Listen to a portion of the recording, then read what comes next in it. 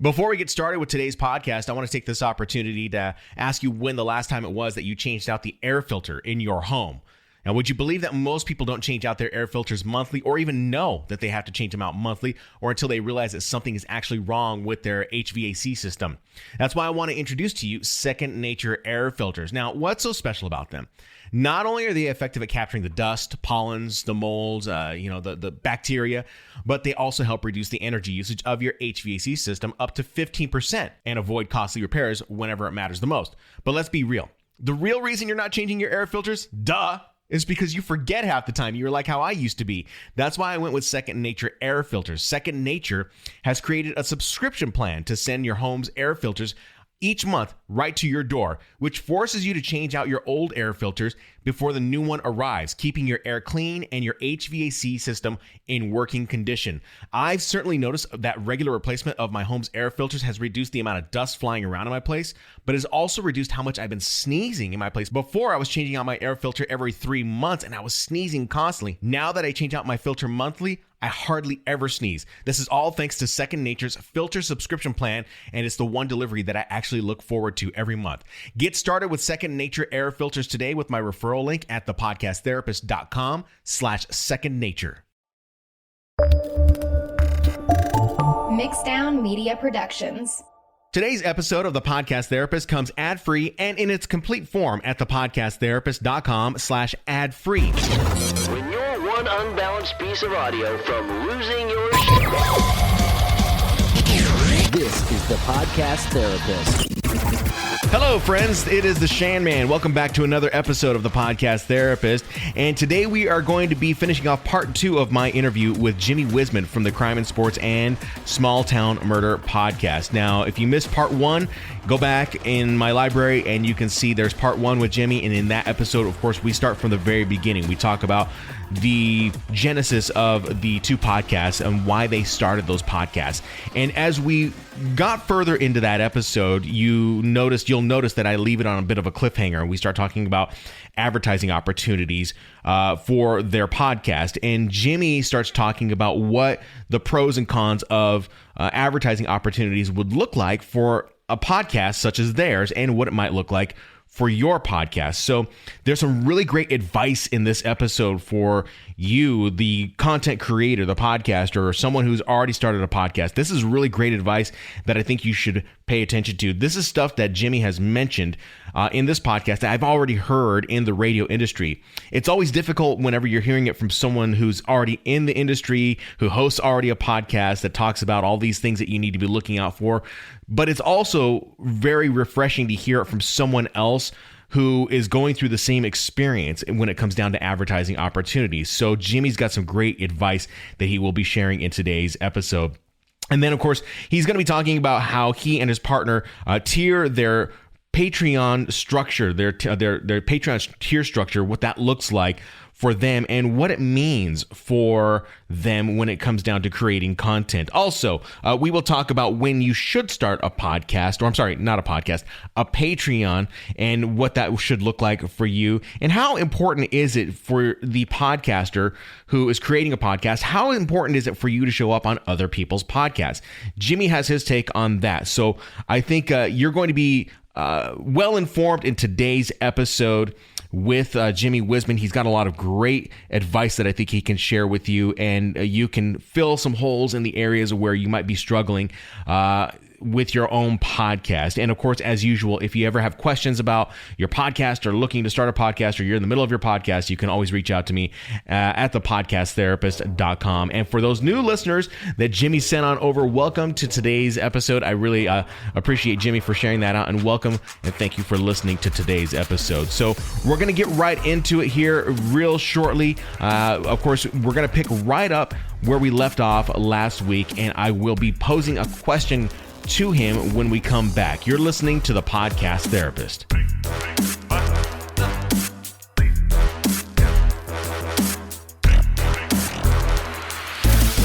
get the uninterrupted and ad-free version of this podcast, visit thepodcasttherapist.com/ad-free.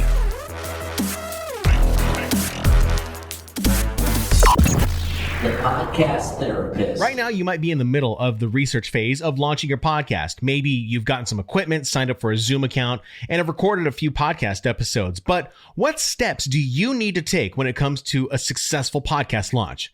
Would you believe the biggest mistake podcasters make is the launch sequence? Seriously, just like a space shuttle has a sequence to put astronauts into space, podcasts have sequences to put a podcast in the marketplace successfully. That's why I created the podcast launch checklist. After helping numerous clients build their podcasts, I developed a step-by-step guide to help podcast creators just like you have a clean launch sequence without wasting time. The podcast launch checklist is a 12-step sequence that walks you through the pre-launch, mid-launch, and post-launch process with specific steps and instructions that will save you time. If you're tired of walking around in the dark trying to figure out everything that comes with a podcast launch, you can grab the podcast launch checklist today. Visit thepodcasttherapist.com/PLC and use the code PODTherapist, all one word, to get 25% off this checklist today. Mixdown. It's time for the Mixdown. The Podcast Therapist. If you were to help someone brand new jumping into this game, would you, and they came to you and they said, "Oh, Jimmie, I really want sponsorships for my podcast. What do I do? Do I get sponsorships first?" What advice would you give them first? Make your audience sponsor you. Not necessarily make them. Give them the opportunity to sponsor you by giving them the best product that you can offer and a product that's worth money. When you have that, that's when you have something that you can do and control your own destiny. Because let's say that you get ads and an ad company comes to you and starts Barking orders. then all of a sudden you say something on your show that somebody doesn't like, and they can go to your ads and they can tell your ad companies, "This guy said this, and I hated that, and it hurt my feelings, or it made me feel a way that I didn't like to feel." Well, that company can say, "Well, you know what? You're right. I value your feelings more than I value their show." And they'll pull that ad and the money. It's not just the ad. Who cares about the ad? I'll say anything I want about all the best companies in the world. I'll say amazing things about them. They won't pay me a dime. It's when they start paying you that it matters. And if they take that from you because you said something stupid or something that, I don't know, maybe you didn't believe it. Maybe you didn't believe in whatever joke you said. Maybe you did love the joke you said, but that ad company and that person that listened to it didn't like it. Yeah. We've been on the end of that. That hurts and that sucks. That's the worst thing, because then it gives that power to the audience that isn't really even your audience, because they don't like what you said. And if they don't like what you said, then they clearly don't even listen to your show. Yeah. And if maybe it is your fault. Maybe you did just out of the blue say something dumb. Right. Are you going to take the opportunity? Are you going to just put the onus on Taco Bell because they pulled their ad from you? Yeah. Or would you rather put this show up on Patreon or on some paywall site where then for sure you're beholden? If whatever you say upsets somebody, they can just stop paying to listen to your show. Right. Then it's for sure on you. That's absolutely all you, and that's all your listeners, because if they're willing to pay for your show, that's absolutely your audience. Right. And if you piss that person off, then you fucked up. Right. That's when you've really made the mistake. And so that's really the avenue James and I took. We chose to be really beholden to our audience. And with Patreon, we didn't go with the avenue of creating some Patreon shirt or some bag or some cup that we send to people. I don't want you to have something just tangible as like a reward for what we do. I wanted you to have something every week or every 2 weeks that would be the duplicate for the show that you heard. So maybe if you listen to our show and you patronize us, you're going to get 2 shows every 2 weeks. 1 week, you'll get 1 every week. And then every 2 weeks we put out bonus shows. And that's not just for Small Town Murder. We'll put out a bonus for Crime and Sports, and for the $5 tier and above, everybody gets them. Right. So you'll get our Crime and Sports one, even if you don't listen to Crime and Sports. And with our shows that are patron bonuses, it's not just a Crime and Sports. It'll be like, who knows? This week we did the Cecil documentary, where James and I watched that Netflix Cecil documentary, and then we talked about our takeaway from it. James will find the Steve McNair case, where he wasn't necessarily a criminal. He was a great quarterback, but a horrible crime happened to him. It's not necessarily a crime that he committed in sports, but it's certainly a crime perpetrated upon him. And we discussed that. Whereas small town murder, sometimes we'll give you a case. This week we did what we call the violent prisoner dating game, where James presents a few. Do you ever watch Love After Lockup, Shannon? This show is unbelievable. It's crazy. These people will they'll go onto this PayPal or this pen pal website, and they'll write to a criminal that's behind bars, and they'll, I don't know, date them for 2-3 years while they're inside and they're on the outside, sending them thousands and thousands and thousands of dollars that they spend on commissary or whatever they spend money on in prison. Right. And then when they get out, basically what it is when you get out, you've got somewhere to stay. Obviously sex built in, because we've been hanging on to this for 2.5 years, and this has been bananas. Right. Doing this without you. So when they get out, there's obviously sex, there's money, there's a house, built-in relationship. Let's start this thing. And it never goes that way. Right. Yeah. Almost like that sounds like a bad dream, or just ready to pop. There's been like, I don't know, maybe 20 couples that they've documented and followed.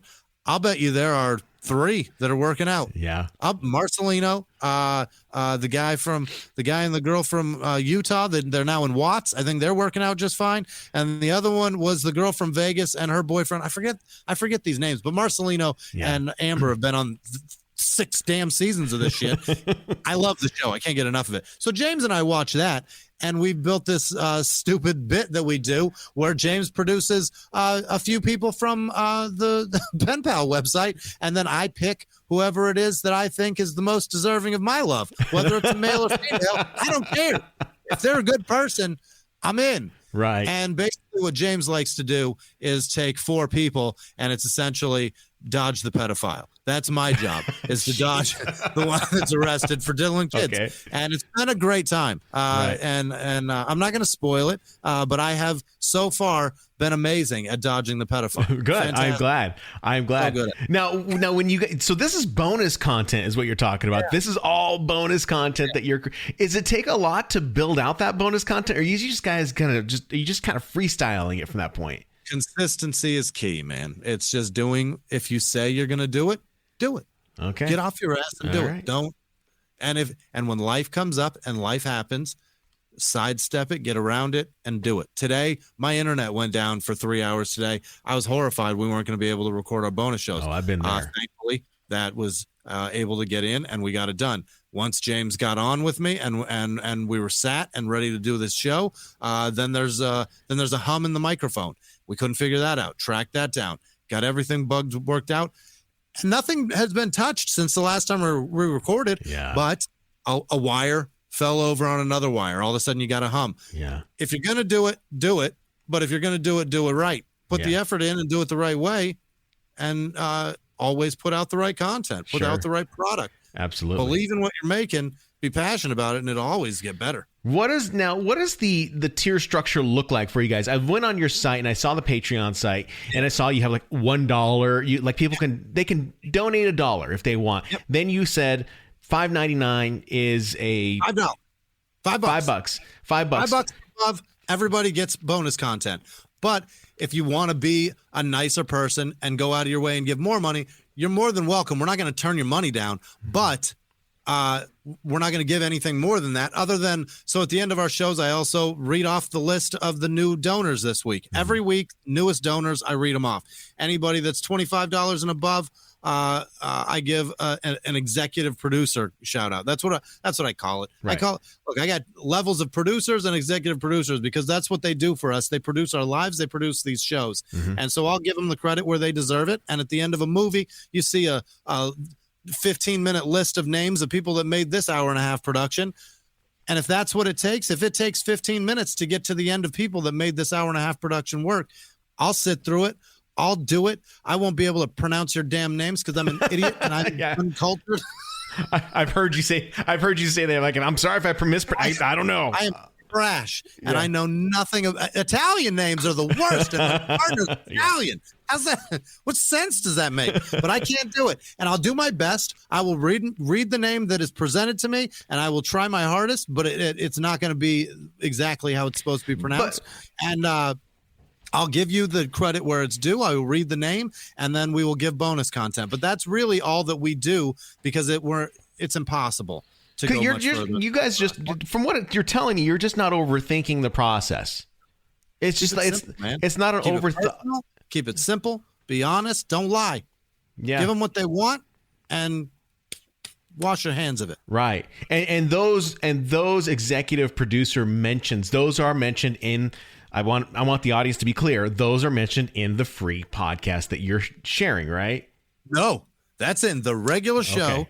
At the end of the week, I read a list. At the end of the show, I'll read a list of names of people who donated this week, and those will be the people that get the new content. Whether it's at a dollar at all. If you give me 60 cents on PayPal, I'll read your damn name. Right. I appreciate it, and I'm James and I are very.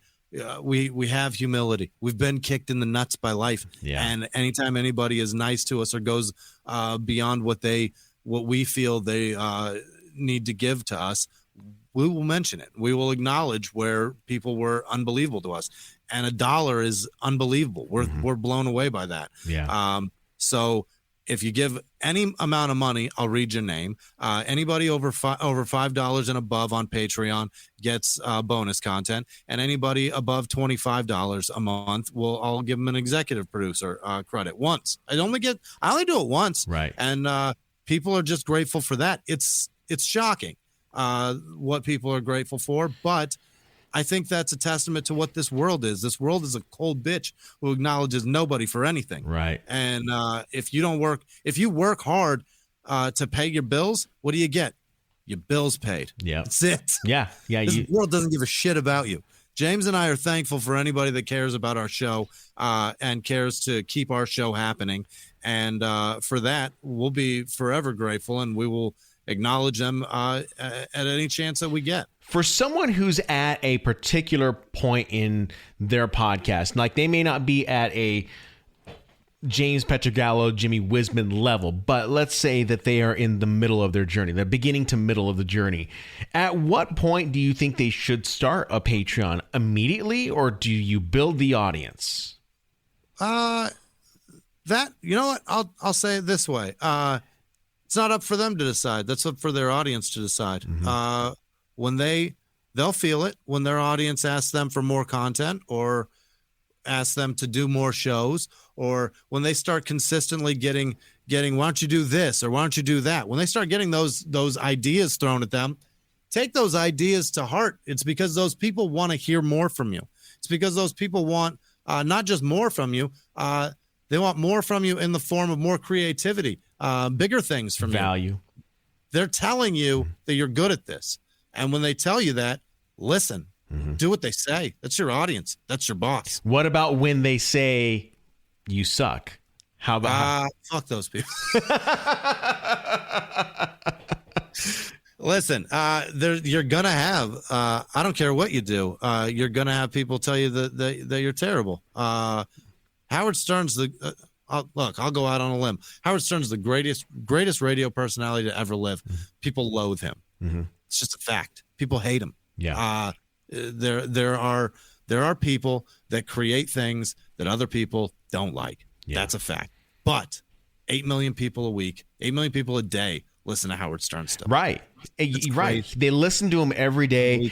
And that's, I think, also very reflective of what I think podcasters try to create, because, I go into these my job for who I am. My job is to go into these podcaster program forums and look at the problems that people are experiencing. And and a lot of these people, they're really focused on like, oh, I don't have the right this, or I don't have the right that, or this is what's holding me back, or I'm supposed to have 70,000 followers on TikTok because before I can do any of this stuff. And to me, it's just like, man, why are you holding yourself back on this stuff? Look at a guy like Howard Stern. Yeah.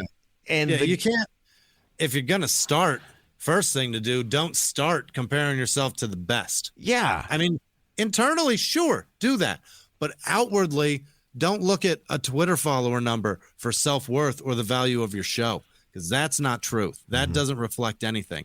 The guy, Michael Winslow from Police Academy, is one of the most talented people on earth. I mean, you could argue that, whatever. In my opinion, I can't do what he can do with the sounds that he makes. I'm 40 years old. I'm blown away by what that man's capable of doing. Right. He has 17,000 followers on Twitter. Yeah. He's been doing this for how long? 30, 40 years. You know what I mean? Yeah. And nobody follows him.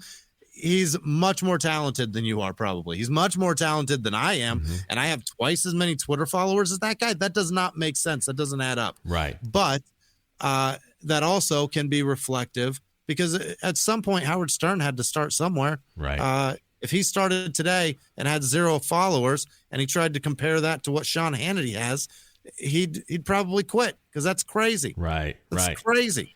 Right. What you do is not a comparison to what he does. What you do, you need to be able to have self-awareness and self-evaluation and know what you're capable of and your limits. They'll grow. Yeah. Your self-value, not even self-value, just value alone will grow. You'll get better. You'll get just like anything else, but podcasting especially. Yeah. You're going to get better at talking to a mic. You're going to get better at portraying a thought. You're going to get better at telling a story. You're going to get better at all kinds of things. And you're also going to get better at social media, because I have what I consider to be way too many followers. And I'm terrible at it, because I'll still say dumb shit and people yell at me. Right. That's another point. Maybe you don't want followers right now because you're not good at this, and you will fuck that up. Right. Yeah. You might just, I don't want people to feel as though they have to, like, that's my point. I don't want them to feel they have to compare themselves to a Joe Rogan, a Mark Maron, and then go into the business niches and talk about like, Lewis Howes, these guys who are all in the business niche. Like, you just got to do like what's right for you. So, I mean, I think if you're creating good content, like what you guys have done, and you put, like you said, you make a promise, you don't lie to your audience, but you deliver on it every time. That is what resonates with that audience who's listening to you. So one thing I wanted to ask you was, how, kind of switching gears, how important or how vital was the success, or how vital is the success of your podcast based around showing up on other people's podcasts? It depends. So I'll still get messages from people when we did Dan Cummins' podcast, because Dan's one of my favorite comics since I started comedy, and I got a chance to work with him before he started his podcast, and he was telling me an idea for a podcast, and I was like, do that podcast because it's going to be great. And thankfully today he does that podcast. So we guested on that podcast, and I'll still get messages from people saying, I just started listening to Time Suck and I heard the episode with you and James. I thought it was great, and I'm going to start listening to your podcast now. So in terms of pollinating your audience, it can help. It depends on how big their audience is versus how big yours is. And then you also have the angle of, is your podcast so much bigger than theirs? And then they're just using yours to pollinate theirs. There's that also. You've got to be able to have some give and take. But then you also have to understand that Joe Rogan will go on other people's podcasts, I'm sure. Bert Kreischer goes on comedians' podcasts and open micers shows. These guys will do other podcasts, and it's good. It shows. It's never a bad thing. It looks magnanimous as fuck. It looks like you're a sweetheart of a man or woman, whoever you are, sweetheart of a person who goes out of their way to help others. And that's really what life is about, isn't it? Helping others. And whether it's you're doing it through your show, or you're doing it through somebody else's show, or doing some act that helps somebody else.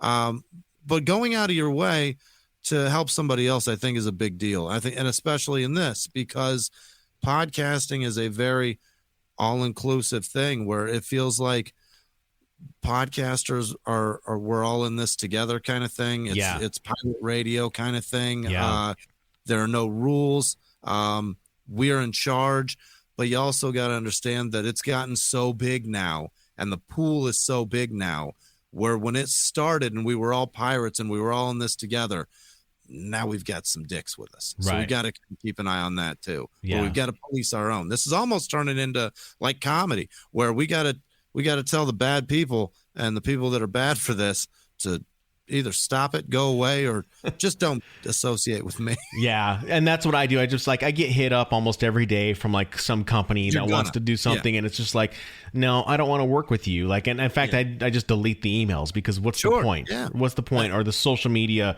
And there's no shame in that. Yeah. I you got to do what works for you and what's right for you. I got a couple more questions for you, dude. Then I'll let you go because I know you got your daughter tonight and you need the daddy-daughter time. Pace in the studio, Shannon. What are you doing? Oh, geez. Oh, has she been pacing to go to the bathroom? Yeah. Oh, no. Go in my bathroom. Go ahead. So one of the questions that I have, and we look at this, I want to talk to you about your tour and getting out on tour. And not everyone is going to have an opportunity like you guys have gotten that opportunity. Yeah. So tell me, number one, how did those opportunities present themselves and how valuable are live podcasts for you as far as the overall scope, whether it be, I don't know, it could be monetarily or, just from kind of like a street cred perspective. How important are those live shows for you?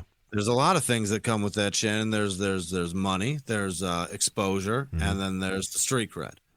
Which one are you in it for first is what you got to ask yourself. Are you in podcasting to pay your bills?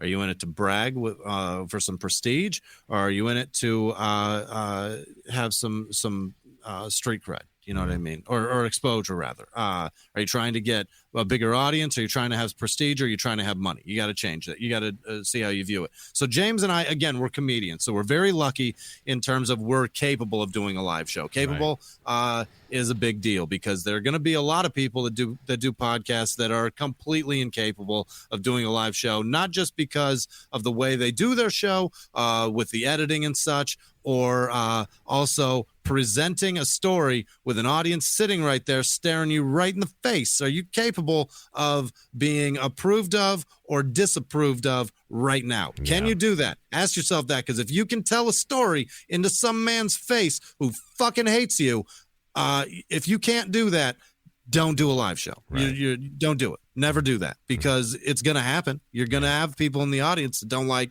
whatever it is that you're doing, and be prepared to sit through a lot of silence and keep talking through silence, because silence is a comedian's best tool for building a joke and building a big laugh. But for somebody that's not a comedian, silence is the devil. That's brutal, and that will eat you up. I've tried. Your forehead, man. Oh, your forehead's on fire. You're sweating. You feel like you just told your parents a lie and they know you're lying. Yeah. That is so terrible. Yeah. I've been down that road, and I know exactly the feeling that you're talking about, whether it be being capable is huge. That's the first thing. First things first. Secondly, are you capable of getting booked on a live show? Because as comics, again, we were able to, we had an agent when we started doing live shows with a boutique agency, and they got us booked with like Live Nation and stuff like that to go do smaller venues in the country. Not necessarily super small, but smaller in terms of like 500 to 700 like people. Small theaters. Right. Small theaters. So that feels that like makes sense, right? Small theaters. Auditoriums. The deals we got were not small theater deals. We got taken on a few things. So moving beyond that, we were able to get booked. Then once you get booked, you gotta deliver the goods. You gotta deliver a good show. That's the first thing. Second, you're gonna put asses in seats. How are you gonna sell tickets? When you sell tickets, if you can produce a great show and sell tickets to it, now you're in business. Yeah. Now you can do shows. And if you can do a bunch of those in a year, now all of a sudden you've got a tour and you can monetarily make money off of that. But are you doing it for that reason, to sell tickets and make money? Or are you doing it for the tell your friends that you sold out, or you sold however many tickets to a club somewhere or a theater somewhere? Because look, I could sell out a theater in Milwaukee, but if I don't have a bad deal and I don't make good money on that, I can't tell my landlord, but you know what, dude? I know the rent's due, but can I trade you 1 month's rent for sold out Pabst Theater? What do you think of that? How's that look?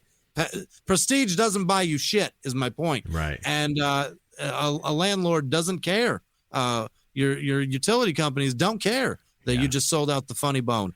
It doesn't matter. If you're not selling tickets in order to make money, then don't do a live show. Right. If you can't take hatred, I hate to say it like that, but that's just disapproval. Call it criticism. How about that? Call it criticism. You can't take that from a live audience. Yeah. Don't do a live show. Right. Yeah. Criticism and hatred. You've experienced it on a comedic level. I've experienced it on the music level. You get in front of I can't imagine. You get in front of a crowd of 9,000 people, and you try to tell some funny joke, and they don't laugh, and you're like, it's just crickets, and you're like, okay, well, I guess the next band's coming on up. It's just the worst feeling ever. So your point by saying, if you can't take criticism, if you don't, I guess if you don't have an objective, if you don't know what the objective is, and the thing that I tell my audience all the time, I go, if you don't have your objective set, if you don't know what it's about, what's the point in doing it? What's the if you're not in this, if you don't have an objective set and know what the long-term objective might be, at least from my perspective, when you're doing podcasting, there's no point in spending all the money on all the equipment and all the services and all that if you're not intending to figure out how to turn it so that you can make a little extra money and then grow it. Right. And if you're not doing it to take some of that money and put it back into your show, you're doing it wrong, because this interview would have been shit on a Sony camcorder with a lapel mic. Right. This thing was expensive, but it creates a show that I'm very proud of, and we can put out and build the best show possible. Right. Having good audio equipment, having the best editing equipment that you can afford, having those things is enormous to your show. Mm-hmm. Putting your best foot forward matters to everything. And if you're not in it for the right reasons, get the hell out. Don't cloud my pool. Don't muck up my water. Don't clog the stages, because you're doing it for the wrong reasons, man, and we don't need you. One more thing when I ask you this question, or one more question for you. Looking back on the time that you have created these podcasts, and the time and all the experiences that you have gone through, from basically, I would almost say it's almost like a rags to riches story for you, because you have done so well with just this podcast alone. Yeah. And it has helped afforded me a divorce, man. It's been great.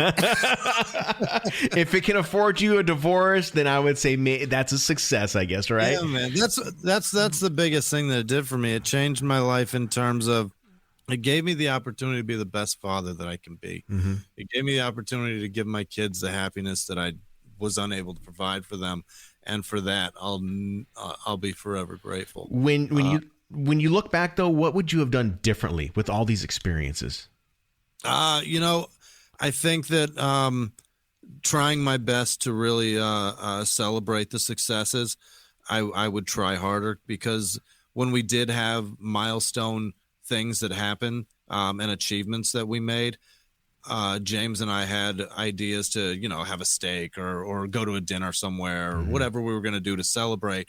We'd always say we were going to do them, but then life would happen, and we'd get into the shows and let those really dictate the direction of our free time. And I really wish that we had taken a step back a couple of times and really sat and stared at each other and said, look, this is amazing what we're doing.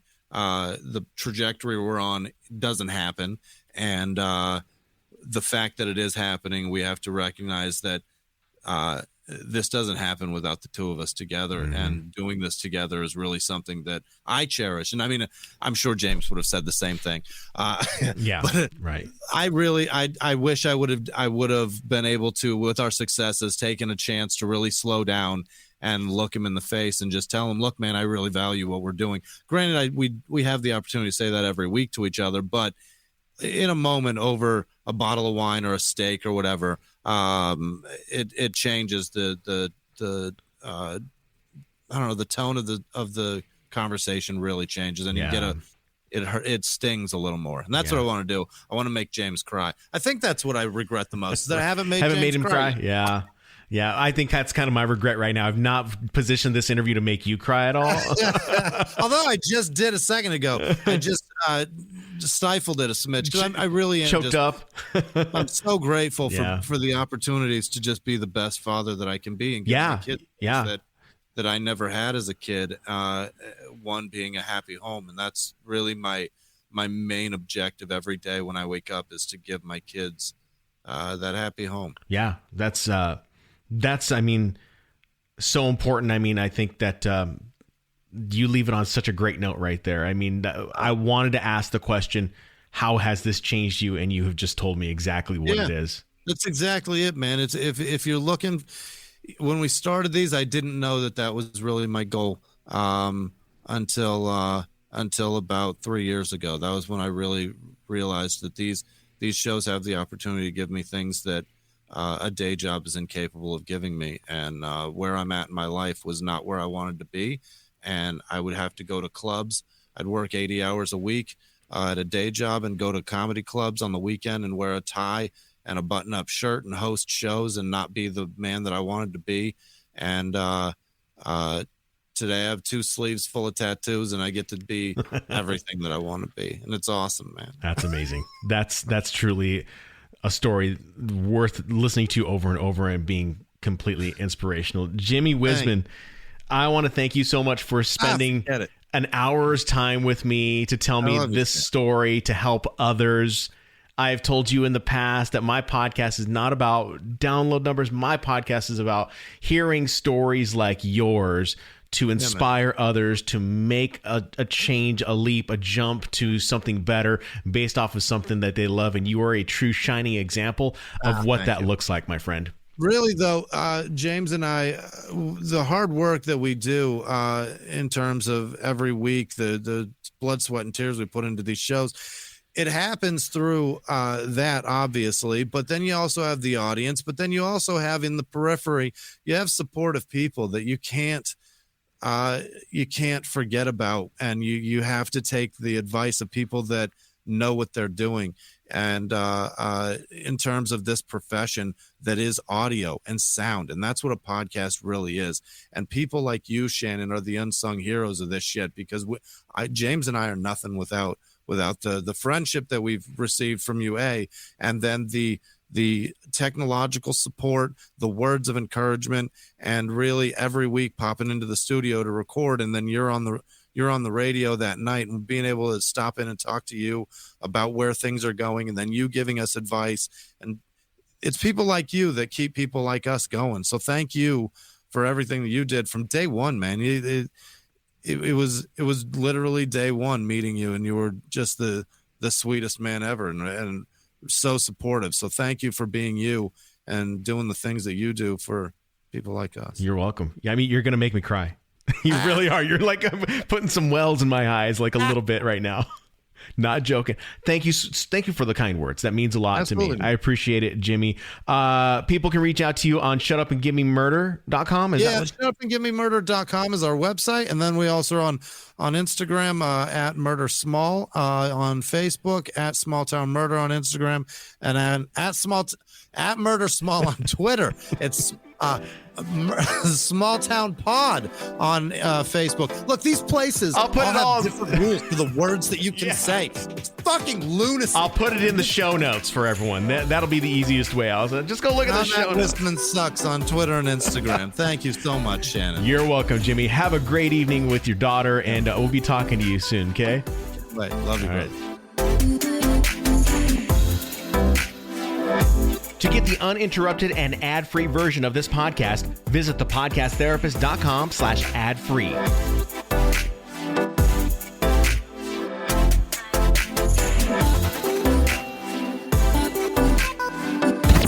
The Podcast Therapist. You've heard me talk a lot about podcast monetization on this podcast and even on my YouTube channel. And to be honest, I've only scratched the surface when I talk about it. As I've said in those episodes, is that if you're starting a podcast, there's the likely objective that you want to turn it into some type of income. After all, you're buying the equipment and services, and that all comes at a cost. So it's better to have a plan to turn your efforts into a return on your investment. That's why I created my audiobook, The 6 Clever Ways to Monetize a Podcast. This audiobook reveals a deeper understanding of monetization that is used in the radio industry and how podcasters are already utilizing these strategies to create lines of income. When you listen, you will learn to identify 3 critical programming components to create multiple opportunities within one single podcast. You'll also learn philosophies taken from the radio industry that teach you the methodology behind podcast programming to earn more sales. And I'll even talk about getting your first sponsors and how you don't need to have thousands of downloads to secure a sponsor on your podcast. But you'll also learn that sponsorships are more than just monetization. Getting sponsorships is often misdirected and confused by the average podcaster or influencer who hasn't spent a day actually creating and developing programming elements within a day-to-day program. As you'll learn in my audiobook, legitimate monetization is executed through research and strategy. The 6 Clever Ways to Monetize a Podcast is 2.5 hours of juicy insider information that you aren't getting from average podcasters. To get your copy, head to thepodcasttherapist.com/audiobook73 to get 73% off this audiobook. Getting serious about monetizing your podcast means getting educated the right way with the right information. Head to thepodcasttherapist.com/audiobook73 to grab your copy today. Disclaimer, there's no guarantee that you will make certain levels of income. By purchasing, you accept the risk that earnings and income statements differ by individual. As with any business, your results may vary and will be based on your individual capacity, business experience, and expertise. You always hear me talk about the importance of having your podcast transcribed and placed on your website so that your podcast can be discovered with Google, right? But the idea of getting your podcast transcribed with different transcription-only services can cost a ton of money, or it can waste a lot of time. Of course, that's what I thought until I discovered Descript. Descript is an all-in-one tool for podcasters who are looking to record, edit, screen record, and transcribe their podcasts to make the podcast pre- and post-production process so much easier. In fact, I recently discovered that signing up with Descript's creator account is far more cost-effective and time-effective for me when it comes to transcribing my hour-long recordings compared to transcription-only services. A creator account allows me to transcribe up to 10 hours of audio. If you were to compare that with other transcription services that could be charging anywhere between 10 to 25 cents per minute, you'd be spending tons more money. But not only are transcriptions a huge part of my content development process, but Descript matches the written transcription with the audio waveform within the app itself to allow you to delete words from the transcription and the audio file. So for those of you who hate filler words, Descript has a nifty tool to eliminate all the ums and uhs from your recording. Whether you're using Descript to record or edit a podcast, or you're using it for transcription services only, you'll find that you'll use the app more and more as it makes your life easier by helping you save time and money. To get started with a free trial of Descript, head to my affiliate link at thepodcasttherapist.com/getdescript. To a lot of you, coffee is the nectar of the morning wake-up gods, right? I totally love that feeling, just like you, of being awake, especially as I get older. Adulting tends to get a little bit harder. It wasn't until I made a visit to the doctor a few years back and I was diagnosed with hypothyroidism, and I had to give up all of the caffeine in my life, including coffee. You see, even though caffeine can wake you up and make you feel alive for some part of the morning, it also has side effects like the jitters, anxiety, and you'll get terrible sleep, all of the things that I was experiencing. That's when I discovered Mud Water. Mud Water is a coffee replacement with 1/7 the caffeine of coffee that actually gives me energy, focus, and immunity without jitters, crashes, or a downside. So what's in it? Mud Water is a mixture of herbs, spices, and magic mushrooms that dial in on your immunity, boost your clarity, creativity, and your mood. I can't tell you how much of a difference it has made in my life in the last few months. So lose the jitters and find more focus with Mud Water. Get your Mud Water starter kit today at thepodcasttherapist.com/mudwater. That's thepodcasttherapist.com/MUDWTR to learn more and get your first can and frother today. All episodes of The Podcast Therapist are created using a Rocketbook. Rocketbooks are reusable notebooks that you would use with friction pens. And what they do is they allow you to take notes in the entire notebook. Then when you're finished with that notebook, you take the app that they have available for iPhone and Android, and you can scan your notes directly into the cloud. Your notes can be saved to Google Drive, Dropbox, OneDrive, or wherever.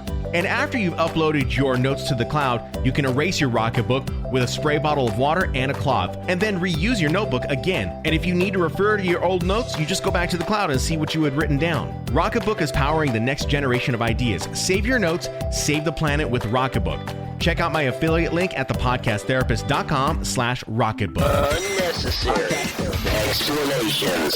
The Podcast Therapist. Unnecessary explanations.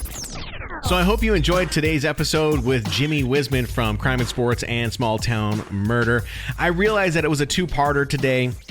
I get it. I understand. Yeah. And there was good reason for that. And as you know, as someone who listens to a podcast, but maybe you're someone who is creating podcasts themselves. I don't know. But it does take work to create these podcasts. It takes time and effort to develop these podcasts, whether it comes down to the production of the podcast or it comes down to the research and development of the podcast. For me, a lot of it comes down to the research and development and writing a lot of my thoughts down in a notebook and being able to convey those points in a podcast, whether it be through an interview or whether it be through a solo podcast that I'll do.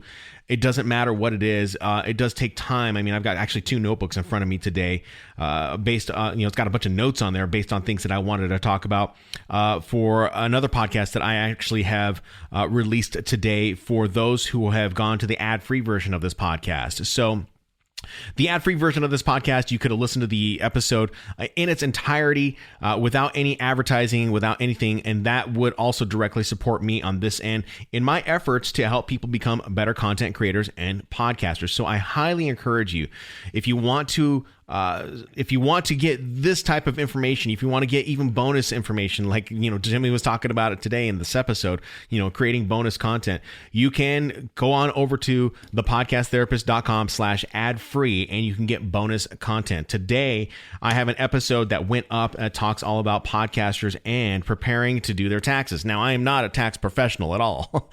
So, but I do share the process that it takes for me to prepare to get my taxes off to my tax professionals. So what I've got to look forward to.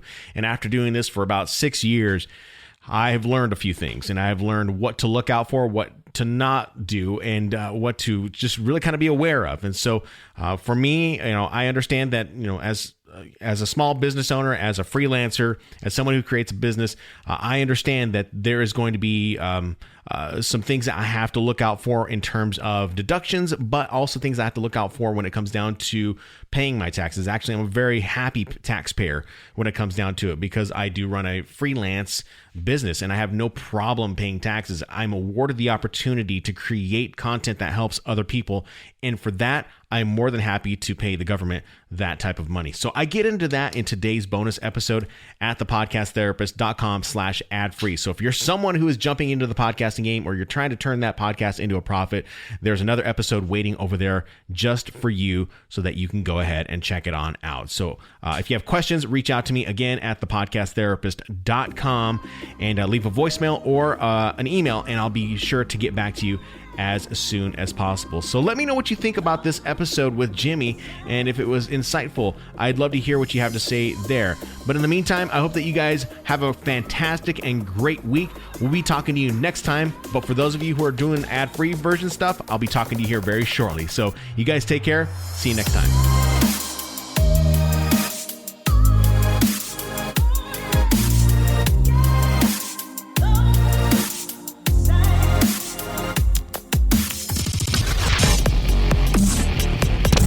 Podcast Therapist. Mixdown Media Productions.